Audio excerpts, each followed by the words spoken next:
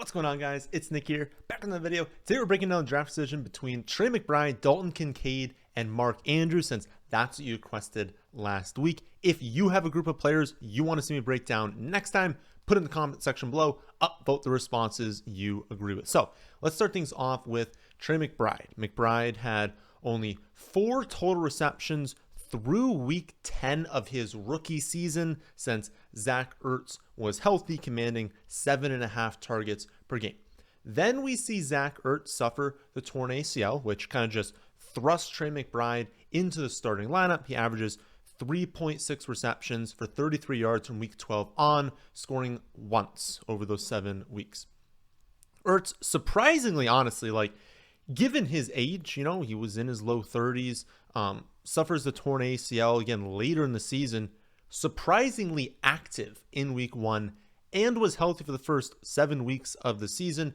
During that time, Zach Ertz out-targeted Trey McBride 43-21. So remember the beginning of last season. We did not think that Zach Ertz is going to be healthy to start the year. Figured he'd probably start in the pup, maybe not start in the pup, but open the season, limited at least, but maybe missing some time. Opens the season fine, more than doubles up Trey McBride in targets, but then gets injured, suffers the quad strain, placed on the IR. Team waives him, ends up signing with the Lions, but I don't believe he ends up playing in the playoffs. So without Ertz, now this is why everyone wants to draft Trey McBride early on, is because from week 8 on, McBride jumped from 3 to 8.5 targets per game and had a season-long pace. So if you would extrapolate it over 17 games, of 112 receptions, 1,114 yards, and 5 touchdowns. Looking forward to this season, the question basically is, which McBride are we getting? And obviously we're not getting the one who is the backup tight end. He is the starting tight end. But are we getting, what we saw in the second half of last season? Or are we getting a Trey McBride that couldn't earn targets over a 32-year-old Zach Ertz coming off a torn ACL? If we look to available targets this season, we'll see that the Cardinals have the 6th most available targets among all teams, 7th most available for only tight ends, with Ertz, of course, gone. Unfortunately, the Cardinals did a lot to replace those targets. They signed Zay Jones, who's proven that he can command a consistent target share. Won't be a high target share, but he's certainly going to command more than Rondale Moore did. The big addition, though, was Marvin Harrison Jr. He's going to come in. He's going to be a target hog. He's for sure going to be their top option on offense. To me, that's just a little bit concerning. Earning targets is a skill, and I definitely do not want to just completely dismiss what Trey McBride was able to do last season, because it was awesome. He was extraordinarily valuable because of how many targets he was seeing to close last year. But it is concerning, how they completely just went to Ertz when Ertz was healthy, even again, being super old, being not that good. I would get it if Ertz was going out there and being super efficient. Ertz was super inefficient. It wasn't like he was very good, but they still wanted to play him over Trey McBride when he was healthy last season. We have seen McBride command targets, but it was over Marquise Brown while he was healthy, but then even Marquise Brown got hurt. Michael Wilson as a rookie, Rondale Moore, that's not overly impressive. And then again, when you think, you have Ertz commanding targets over him for the first 7 weeks. Then you have Marquise Brown missing basically from week 12 on. He had the heel injury. He didn't even have a catch from week 12 on. So most of the time when we're seeing these big numbers, he's putting these up with, Michael Wilson's a rookie and Rondale Moore, who are just, at that time especially, not players who were going to command any sort of target share. So was it just that he was the only person left? I don't know. I think it's a fair question to ask, though, because if you look at his targets per route run, it's crazy good, highly efficient in commanding targets per route. But again, you got to kind of discount that when it's okay, Kyler jumps back. Well, it's Rondale Moore has never commanded a target in his life. Everything has to be schemed to him. For a lot of these weeks, Ertz is gone, Hollywood's gone. You've got a rookie and Michael Wilson. It's they refuse to use Greg Dortch for some reason. So you go back to these 217 available targets and you're like, oh, wow, that's a lot. But I'm projecting Marvin Harrison Jr. for 138 of those. I'm projecting Zay Jones to command 67, Michael Wilson take a step forward. And so that pushes us past the 217 available.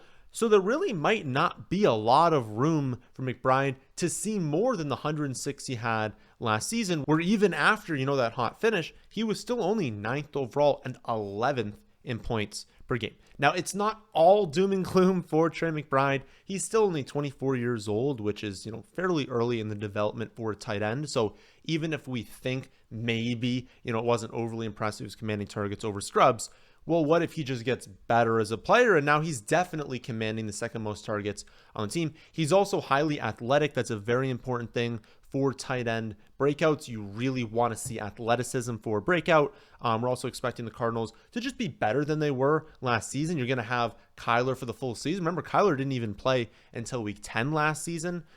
They were 24th in points per game, 26th in passing yards per game. A full season of Kyler, recovering, getting to develop more with Trey McBride. Like, you could definitely see that connection blossom a little bit more. So even if we're not really expecting the overall target share to increase all that much for McBride, if anything, probably going to go down from what we saw last season just with all these additions, it is still possible that he has a great season given the increase of the team overall. Also, the touchdowns, only has a touchdown 1 out of every 27.5 receptions in his first 2 seasons. That is an unbelievably low rate. Remember, we talked about even after the historically unlucky season that Deontay Johnson had, he still has a touchdown 1 out of every 15, right? And if you take out that year, it was 1 out of every 12.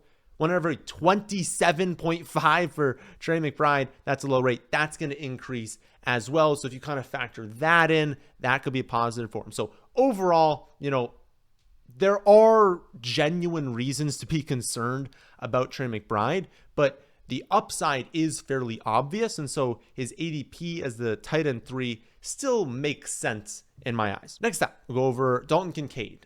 Fun fact for you, Dalton Kincaid is actually 35 days older than Trey McBride, even though he's only in year 2. That doesn't really matter all that much, but I figured I'd mention it. In his rookie season last year, Kincaid kind of had like a mixed season. The 73 receptions were great to see, obviously, right? That's the 4th most for rookie tight end in NFL history. The issue was the efficiency. Only scored 2 touchdowns on those 73 receptions, only managed 9.22 yards per reception. Among the 15 tight ends in fantasy scoring last season, like the top 15, only Logan Thomas and Evan Ingram had a lower yards per reception, and none had fewer than 3 touchdowns. In fact, if we look at that touchdown scoring, Dalton Kincaid, Kyle Pitts, and Jeremy Shockey, they are the only 3 tight ends in NFL history to have at least 45 receptions as a rookie, but to score 2 or fewer touchdowns. And Shockey did it on 12.1 yards per reception. Pitts did it on 15.1. Again, 9.22 for Kincaid. So that's basically the concern. And it's really the only concern is the thing. Like, you should feel very confident about the targets. The targets are going to be there for Kincaid this season. The real question is, will they use him downfield, or will those targets continue to be kind of like lower upside targets? Because that also hurts, right? Like, if he's going to only be used in like that shallow intermediate area of the field, when you think about touchdown upside, it's like, okay, you're on Buffalo, right? So if Josh Allen is going to scramble for a lot of these touchdowns, can we see you spike if you're only being used close to the line of scrimmage? Because the thought process would be when they get close, Allen is scrambling, so you have to score from further away. But if you're only being used up close, you can't score from further away. So that's really the big question, is efficiency more in the touchdown department, right? Because, like, it's kind of a give and take with the yards per reception and catch percentage, right? Like, sure, he can, increase his yards per reception to like 10, 11, 12, but that's just going to come with a drop in catch percentage. So that's kind of going to even out. Regardless, it's more, we want to see that increase a little bit in yards per reception because it kind of increases the chance he can have a good touchdown ceiling. Also, for anyone who's sitting there being like, whoa, wait, are we actually locked in on the total targets for Kincaid? I mean, I think so. Only the Chargers have more available targets than the Buffalo Bills after losing both Diggs and Gabe Davis, but along with other players. They have 317 available targets that are just not on the roster anymore. And while they added Keon Coleman, or I guess drafted Keon Coleman, they signed Curtis Samuel. Those two are obviously not going to command over 150 targets each. To be honest, the Bills just have a bunch of wide receiver threes. Like I think Keon Coleman is their clear best wide receiver, but you guys know I'm not completely sold on his talent. I do not think he should be just thrust into the X wide receiver role to be that top target. I think you're just asking for disaster to happen if you're doing that. Like, he should probably be a number 2, but they're going to have him be the number 1. But then you've got Curtis Samuel, Shakir, Marquez Valdez-Scantling, Mac Hollins, Chase Claypool has been generating hype in camp. Like, those are not wide receiver 2s. Those are not players. Like, no one on that list has a history of commanding targets in the NFL. So unless Buffalo goes after, a high-end wide receiver, not like another wide receiver 3, like a high-end wide receiver, Kincaid is in line for a significant boost in targets. Because think about it. As a rookie, he proved to us he can command targets alongside Stephon Diggs. When you can do that alongside a superstar on a limited snap share, still commanding 91 targets as a rookie tight end, that's extraordinarily impressive. And Coleman might be their number 1, but he's not Stephon Diggs. And I would be surprised if Kincaid, has half of his games under a 60% snap share again this season. So in my opinion, we really only have that one question of like, could he push for double-digit targets? Not to project that. We're definitely not projecting that to happen really with any tight end, but does he have that in his like 80th, 90th percentile ceiling is 10 touchdowns. Last season, Josh Allen threw 62 red zone pass attempts, 27 inside the 10-yard line. Gabe Davis and Stephon Diggs accounted for 42% of the red zone targets, 37% of the green zone targets. Those are targets inside the 10-yard line. And if you just add in all players not on the team anymore, the Buffalo Bills have lost 56% of the red zone targets, 52% of their green zone targets. So more than half of these extraordinarily high value targets, the ones that turn into touchdowns, are up for grabs. And I simply don't believe that the vast majority of those are going to Shakir and Curtis Samuel. Shakir was involved last season, but not in the red zone. He had like 2 red zone targets overall. Curtis Samuel was last season involved in the red zone, but he's never been an efficient scorer, and I don't know if that's going to translate to Buffalo. He's maxed out in his 7-year career at 6 touchdowns. He averages 3 touchdowns per season. Like, he is not someone that we expect to come in and be the guy they're leaning on in the red zone. So I think the main takeaway for Kincaid is opportunity. There's a lot of high value opportunity available for Kincaid. And so it's going to be very interesting to see just how camp plays out. Like, because the real upside comes if, like, what if Keon Coleman is basically as good as I think and, like, can be an X receiver, can be a number 1, in a year, in 2 years, like down the line, but doesn't just in day 1 open up as their clear lead receiver. So what if he kind of just mixes in with Shakir and Curtis Samuel, and they need someone to be their top target? It'll be Kincaid at that point, and that's obviously going to lead to incredibly high ceiling. So I'm curious to see in camp what the reports are with Keon Coleman, because that's going to be a very big indicator in what we should expect from Dalton Kincaid. But it's the touchdowns. What do you think happens with the touchdowns? That's really where the ceiling gets unlocked. Last one, before we obviously break down these 3 and rank them, is Mark Andrews. Andrews will be 29 this season. Don't be concerned with that. If he was a running back, that'd be a concern. If he was a wide receiver, it'd be like a super slight concern. But for a tight end, 29 is not too old. He was a league winner in 2021, 107 receptions, 1,361 yards, 9 touchdowns. Numbers dropped a little bit in 2022. He missed time with an injury. Lamar missed 5 games. Again, a down season last year. He had the cracked fibula in week 11, misses the rest of the regular season, returns for 15 snaps in their second playoff game, but obviously wasn't ready to come back. I feel like these injuries have really caused people to back off of Mark Andrews, because remember, we were considering him in round 2 just a few years ago, round 3 most of the time. he is like the tight end 4 or 5. It really just depends on what platform you're using, but he's like the tight end 4 or 5 this season. I feel like people kind of forget how dominant he was when he was healthy. He was a tight end 5 in 2020, tight end 1 by a mile in 2021, tight end 2 before getting hurt in 2022, tight end 3 before getting hurt last season. And, you know, if you just think about what has changed this year, it's not all that much. Like, yes, Derrick Henry's now in town, so that's likely going to cap his touchdown ceiling a little bit, basically going to make it so he probably can't approach like 12 or 13, but in no way stops him from getting 10, right? Which could still easily lead all tight ends in touchdowns. Other than that, they added Devontae Walker, who I'm not super high on. He mostly profiles as like an occasional deep threat. I would kind of throw that out. That's not going to change anything.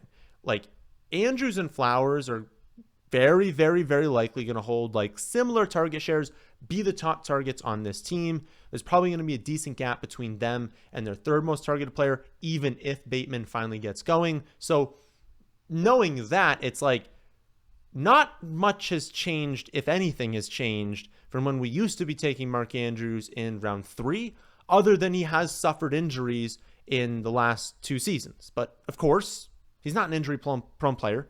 You know, he is not going out there and trying to run everyone over, right? He is not being overloaded with touches in a way that we can't think he could possibly stay healthy. So realistically, not a lot has changed from the days when we were taking him in the 3rd round and not questioning it at all. But he goes a lot later right now. So the way I see it, like, drafting Trey McBride and Dalton Kincaid ahead of Mark Andrews is kind of like Peter from that Family Guy scene where he talks about, you know, a boat is a boat, but the mystery box could be anything, right? It could even be a boat. I feel like Mark Andrews is the boat here, and the mystery box is Trey McBride and Dalton Kincaid. Like, they've never actually been top 8 tight ends over the course of a season. I know they're young, but that's what the mystery box is, right? That's why people want them. Like, ooh, what if they're Mark Andrews, who's been a top 5 tight end 4 of the last 5 years and was top 3 before getting hurt last year? Like, we know Mark Andrews is a top 5 tight end, and he's probably a top 3 tight end.